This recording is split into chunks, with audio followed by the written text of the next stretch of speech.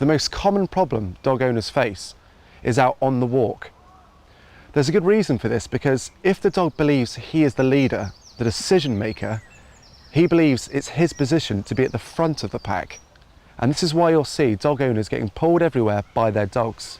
What many people do in these situations is end up resorting to gadgets and tools like choke chains and shock collars to try and keep their dog to heel. But the problem here is you don't actually stop the dog from wanting to be in front. You're actually forcing him into a situation where he can't get in front of you. Millie and Ruby are two chocolate Labradors that pull their owner into despair while strangling themselves in the process. In this video, I'll be working with Millie and Ruby to make the walk more enjoyable for all involved by getting them walking to heel, and to show you how to train your dogs as well. Out here on the walk, there's loads of different smells, sights, distractions, which keeps the dog's attention from being on us. So it's very hard to train the dog here. If we want to train the dog to heel, the best place to do it is where the dog feels safe, where the dog feels happy, and where the dog feels relaxed. And to do that, you have to go back a few steps. Every animal on the planet has a psychology, including the dog, and it's tapping into that psychology with an understanding of why the dog acts the way they do is the key to training your dog. The dog asks a clever question, just like us: what's in this for me? So we make it as comfortable as possible for the dog to learn. And there's only three things we need: a lead, lots of patience, and food reward. Now with food reward, some dogs are a little bit picky and they don't like certain biscuits. So I always cover my bases by that and bring out my secret weapon.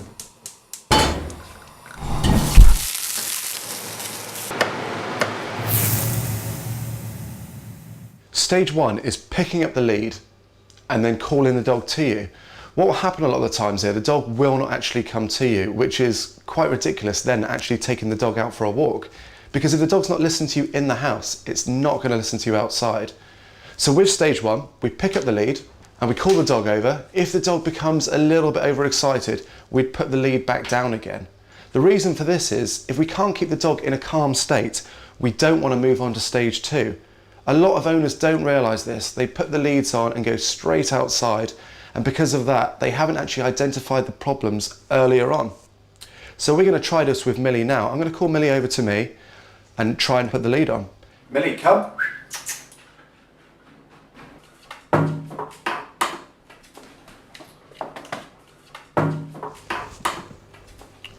Right, what Millie's doing now is biting the lead. She's trying to take the power of the walk away from me. What she's saying is, no, I'm actually taking you for a walk. She's the one trying to make the decisions from me. So if this happens, I've actually got to take the lead off and start this process again until she gets it perfectly right and doesn't bite the lead, and then we can move forward. Now that we've got the dog on lead, this is stage two. What we do is a little thing called stop, start, change direction in the house. What I'm trying to encourage is the dog to be by my side up and down these rooms. As we get it right in these rooms, then I'm ready to move forward. Stop, start, change direction is, Ruby, come, good girl. What we're doing is every time she pulls him forward, we're starting, then changing direction again.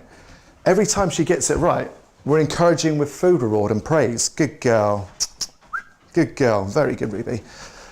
What I do is she's got it wrong then, so we encourage her to the side we want. Come on. Good girl. That's it, good girl. Walking up and down the rooms. Good girl. There we go. This way. Good girl.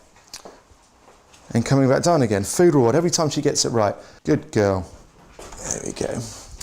As we started getting right in the house, and as you can see, she's listening to me, we're ready for stage three, where there's a couple more smells, a couple more sights, distractions. Stage three is just outside in the garden. Out here in the garden, she still feels comfortable, she still feels safe, so it is a great place to train her. When a dog's stressed, you can't actually get any information into their brain. So keep doing it when they feel comfortable. Keep building up those foundations. Millie, come. Good girl, good girl. So every time she gets it wrong, we'd show her where we want her to be. Good girl, good girl. Every time she gets it right, she gets food reward and praise. So we keep walking around, we keep changing direction, so she starts thinking, who's following who here? Good girl, good girl. The great thing about this is there's no tugging, no jerking on the lead necessary. She's following me because she wants to follow me, and as she starts getting it great here, then we're ready to move forward to stage 4. Much like you teach a child to ride a bike, you should work with your dog one step at a time, guiding them from the beginning to the end until they get it right.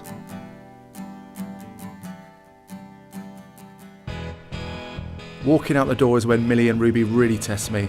If they pull me 100 times, I come back 100 times, until they understand they do not get anywhere by pulling me.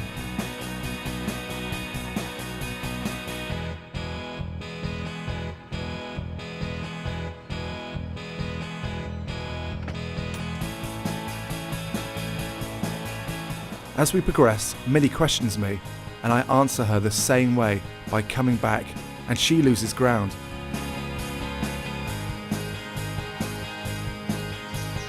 Choose a quiet outdoor spot with a few distractions, such as not many people, cars or dogs, and teach and guide her one step at a time, always remaining calm, convincing and consistent.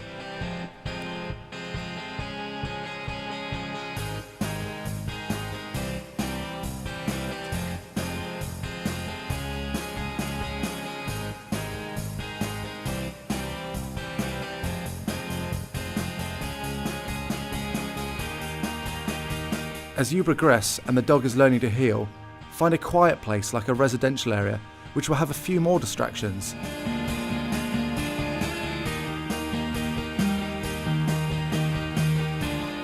The work is ongoing.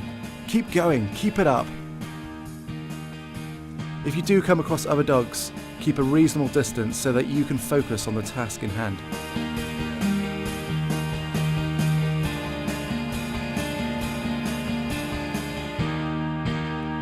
Only when the dog is ready, then you can progress to a place with more distractions. Keep guiding her, stay positive and correct every attempt by her to lead you. As you can see, the more distractions or potential threats, the more the dog will react. In this case, keep correcting her.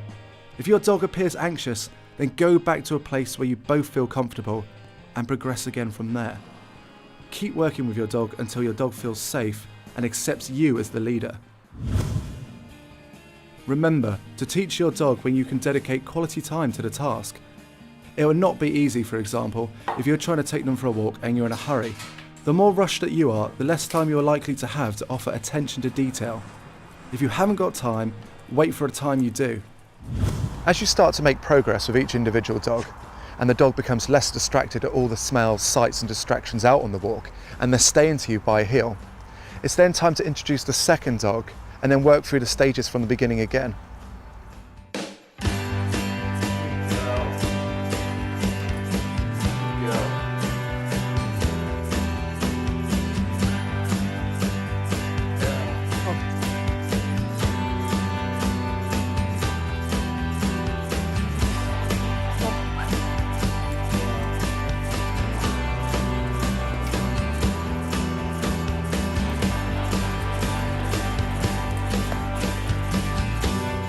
If either dog pulls, come back and lose ground. Make sure that you're happy and in control.